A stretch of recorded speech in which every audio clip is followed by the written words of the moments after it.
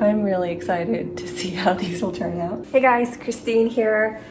I thought it'd be fun to bake and chat with you. I feel like we should make that a thing, bake and chat. Not to be confused with bacon chat. Hey y'all, it's Christine from the future. I'm going to be popping in like this every now and then just to try to move this video along a little bit faster, but basically at the time we had leftover pumpkin puree because it was right after Thanksgiving, so I thought let's make baked pumpkin donuts. Today let's talk about Sammy.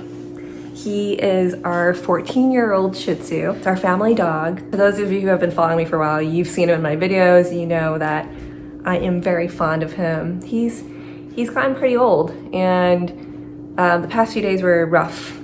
But before we get into the story around what happened with Sammy, let's just go ahead and start baking. Of course, I realized I don't even have a donut mold, like a donut pan, so we had to get a little creative.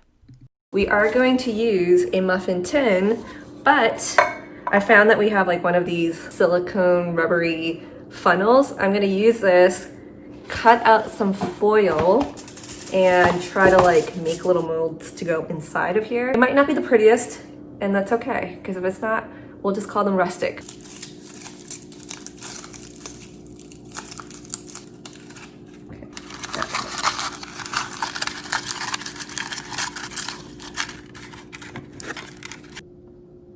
Okay, so that's what we've got.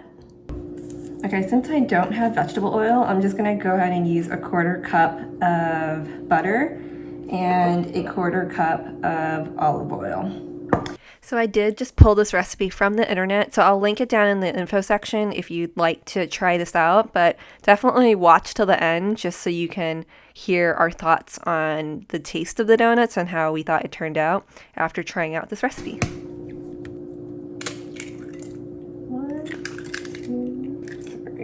With any recipe I find online, I always cut the sugar down by quite a bit because I find that most desserts don't need that much sugar.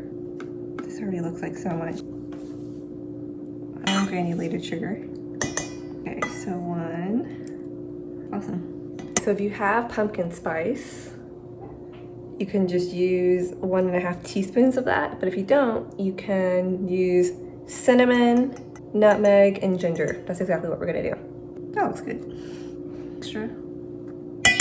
My hand mixer, but we're gonna beat it with our whisk. And then after we do that, you just add the flour in. Honestly, it smells so good already.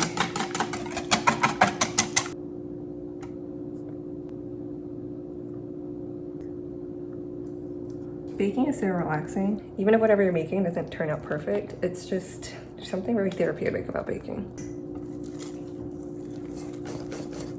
I saw someone like fill like a bag, cut the, the tip off so that they could like basically pipe it in there. Am I gonna do that? Probably would be less messy if I did that, but, or should I use the funnel? The funnel. Here goes nothing.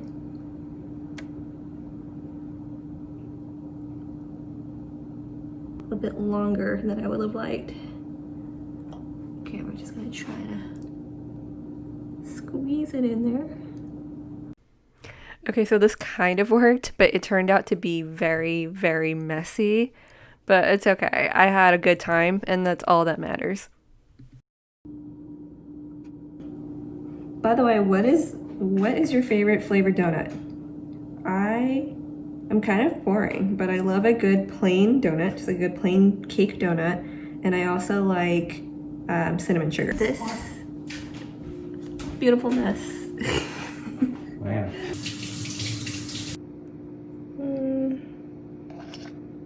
I don't know if that makes a huge difference. Smooth it out. While those are baking, let's have a little chat. Well, last year we had found out that he has liver cancer. And I remember getting that text from my mom while I was at the office while I was working.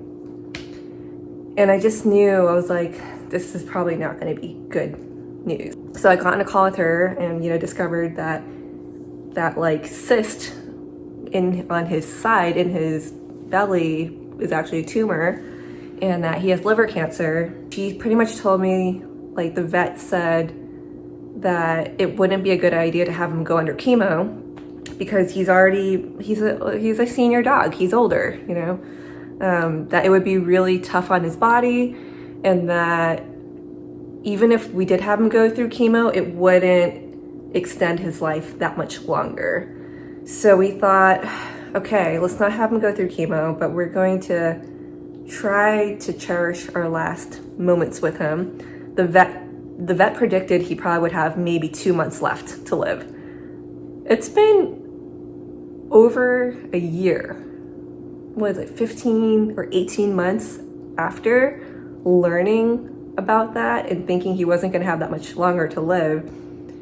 And he's been doing incredibly well until just a handful of days ago, depending on when you watch this. One morning, my parents took him out to number 2, and he had issues, like, I guess he was like losing control of his bowel movements, because usually he's really good about that. He wouldn't just like soil, you know, the bed. But they told me, my parents told me, like, that morning was so, it just scared them so much. They thought that because he like basically toppled over onto his side and then like defecated, and they were like, my mom just was like so sure that it's probably his time. That morning she texted me and she was like, call me when you get a chance. Once again, I knew, I was like, this must be about Sammy, and I knew like this is probably not good. But usually I don't go into like freak out mode right away. I try not to. I try to be very like rational and just hear out what's happening and not like freak out right away, because I just feel like that's very counterproductive. So I was like, okay, let me just, this time was different because I'm working from home now, right? I'm not at the office.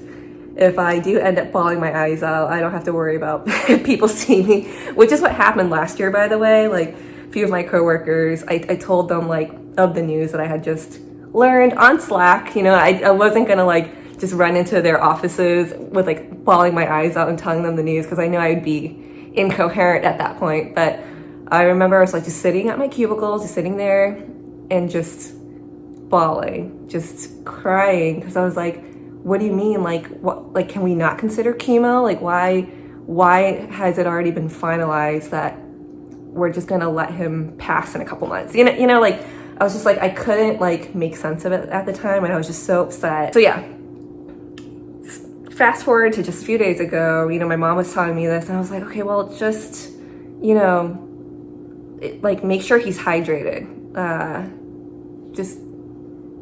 I was just trying to consult her and console her, you know, because I knew my mom was like very close to Sammy. She loves him. I mean, both my parents love him so much. I love him so much, but really my mom's like the #1 caretaker. Okay, we got like a couple minutes left before, you know, let's just take a little mini break here and take a look, see how they look. Oh my God, you're just gonna have to trust that it looks really good. We have like another minute before we take him out. That morning, because she, you know, we had first talked in the morning, I encouraged her to go ahead and just set up a vet appointment, because let's like rule out what we can. Not 100% sure if they're done yet, but look at these babies. I'm just gonna let that like chill for a bit before I loosen and take them out and try them. So in the meantime, let's just continue with the story. Let me turn this timer off, actually. Okay, back. All right, so where were we? I was encouraging my mom to take him to the vet. I was just like, let's just not like jump to any conclusions. I wanna, like, maybe he just caught something. So the earliest appointment she was able to make, or like I think the doctor wasn't in earlier that day, so the earliest appointment we were able to make was 4:30. So, you know, I knew like, okay, I'm gonna just take off work a little early, head to my parents, and go to the vet with my mom and Sammy. I could see that Sammy was just very lethargic when I finally got to my mom's. I could see that he just like wasn't his usual self. He didn't even want to walk. Supposedly he didn't like want to eat at all. And that definitely concerned me. Like, him not having an appetite is just not like him at all. I wanted to just make sure like he drank water, so we would have to like hold him because his legs were so weak that he wouldn't even be able to like keep himself up to like go to his water, like stand by his water bowl and drink his water. So we'd have to like prop him next to his water bowl and just hold him in place and give him some time to like feel stable enough to drink some water. My mom said she tried to feed him a little bit and he couldn't like keep it down. He pretty much just like puked it up back out. So I was like, I know he's like probably super tired and drained right now because he hasn't been able to eat. He's like probably crazy dehydrated, but at least drink some water. We finally had to the vet. They test him out. He ended up getting an x-ray after he got examined. They were able to show us how big the tumor in him has gotten. He got an ultrasound, and you know, there were 2 doctors at this point. The other one basically told us that the cancer was too far spread, so it had spread to his liver and spleen, and that they just couldn't perform surgery on him, basically implying that we should put him down. We're just like, what? Like, so you're saying it's time? It's time for him to go? And I even asked the doctor, I was like, this doesn't make sense because he had normal bowel movements just the day or so before this. His appetite was perfectly normal. And just after this one instance, like, that's it? I just couldn't accept it. And my mom was just like, well, can we take him home? Which seemed like a ridiculous question to have to ask. So the doctor gave him an injection to help with like, you know, the nausea and the vomiting. Not that I think he really vomited that much, but I think the doctors were thinking like maybe he's been in this type of state for a while. So from what they're assessing, seeing that he has this huge tumor, you know, he's had liver cancer for a while now, and that he was just so incredibly weak and sick that day, I think they could only base off of what they were seeing that day. We discussed potentially having someone come over to our place to euthanize him at home because then he'd be more comfortable. Having to think about, well, if we do put him down, when is this going to happen? Is this going to happen tonight? Is it going to happen the next day? Are we just going to see, is he like suffering and in so much pain that it's like inhumane to wait at all? Like, so many questions just circling around in my head during that time. And I felt a crazy sense of guilt regardless of which direction we took. And it just wasn't clear as to what we should do. So I tried to keep it together and stay strong. I mean, I definitely was crying quite a bit, but I like didn't like really cry until the next morning. But that evening we like tried to just give him really soft food, you know, like basically like pureed food so that it'd be easier for him to digest. And we could slowly see his energy level going back up. And I was like my parents were feeling really hopeful at that point, but I was afraid that they might be getting a sense of false hope and thinking like, well, what if it's just the injection that's like giving him that boost? The vet that gave him the injection clearly said, this is basically like a Band-Aid and it's only going to last 24 to 48 hours. So in my mind, I was like, are we gonna have to let him go in 24 to 48 hours? Like this injection is just buying him another day or two. Are you cooked all the way through? There's this like piece right here that's falling off. I'm just gonna taste it.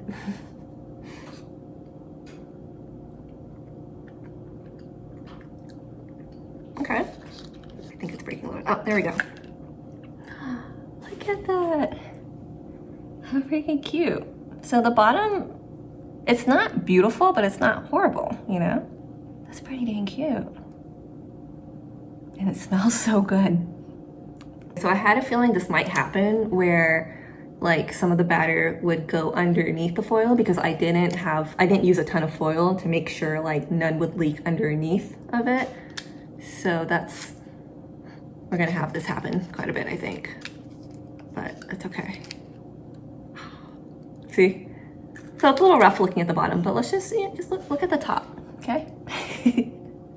Okay, while I like, you know, do surgery and try to remove all of these, let's just continue with the story. So during all this time, I was trying to like document bits and pieces of what was going on Instagram, on stories. And you guys were so just supportive, sending your love and prayers. And I'm not gonna lie, it touched me so much, and I was feeling so many different emotions and just crying so much. We were just like, let's just take this day by day, see how he does next day. Because just seeing that he had a little bit more energy after eating even just a little bit, that did give us some hope.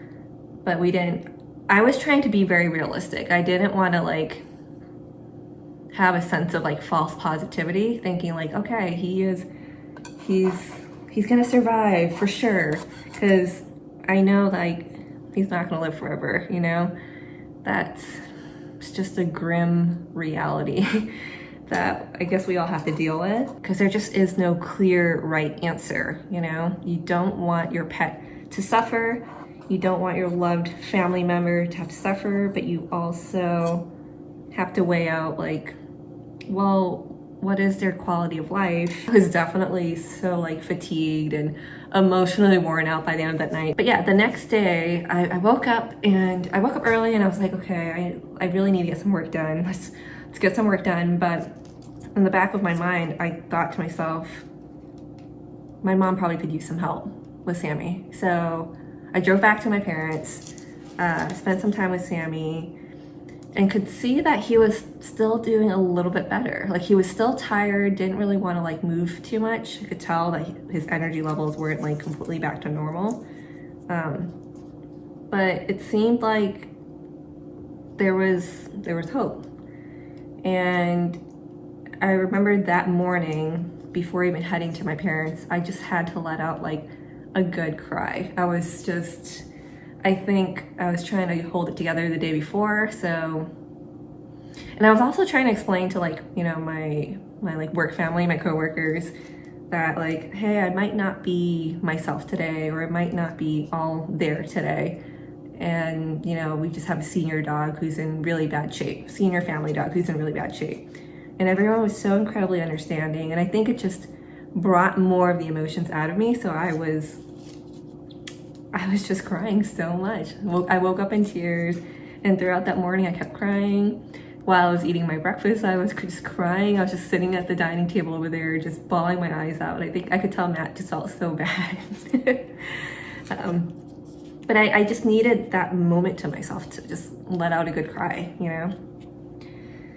So, wow, I'm not making very good progress here. We literally just have 3. We're gonna keep working on this. As time progressed, he was doing better and better. There was a moment while I was there and he just like got up and walked all the way to the pee pad. He's making great progress. This is incredible. And my parents continue to send me videos of him. High five, high five, high five, high five. Yeah! It just brings me so much joy. I'm just so grateful. I'm so grateful for those of you who were just there, because sometimes you need like emotional support out of the blue. And this was a moment where I really needed that emotional support. And he's doing so much better. Like I feel like he's almost practically back to his like usual self.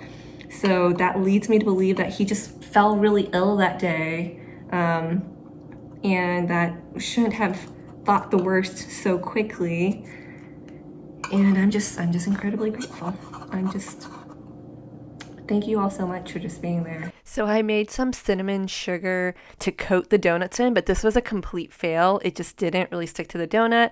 And yeah, I could have taken some extra steps to make it work, but it's all good. We used it as a dip.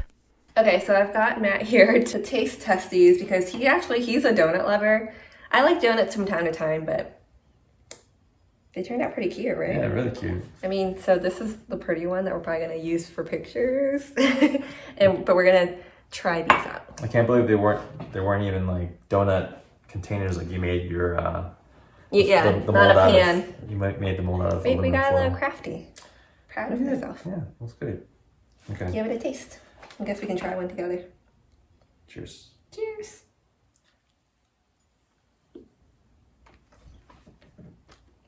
I think they fully break through. Yeah. So they're cake donuts.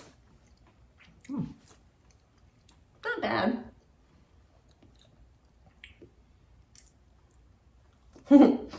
The cinnamon sugar is really nice, yeah.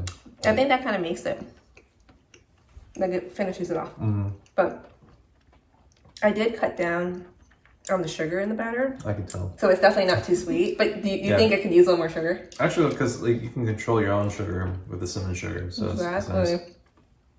So anyone who's trying to cut down on sugar, or not, he's really coating it. It's not bad. Does it taste like donuts? They're a little different. A little different. Yeah. Like it almost has like a spongy texture, right? Yeah. A little spongier than regular donuts. I wonder what would have happened if you deep fried them. Oh yeah, they are baked. That's right. Yeah, I think some people think like they're not real donuts unless they're fried. But for baked, they're not too bad. Does it taste like pumpkin to you? Like, would you have known it's pumpkin? A little bit. It's kind of similar to like if you were to use like banana or something like that. Yeah. So it has that like really moist kind of thing going for it. Because it's not super spiced. So it could just seem like a regular like cinnamon sugar donut. Yeah. Like you wouldn't have really distinguished like, oh, these are definitely pumpkin donuts, right? You want any more? Yeah. Here you go. With some ice cream. A la mode. A la mode. Thank you guys so much for watching. I hope you enjoyed this like story time and bake and chat. It's more about the story than about the baking, but hey, this actually turned out not bad. So if you want to try these out, I'll link the recipe down below. And if you guys like videos like this one, let me know and we'll do more. You really coded that. Okay. All right. Subscribe, hit that notification bell if you haven't already, and I'll see you guys next time.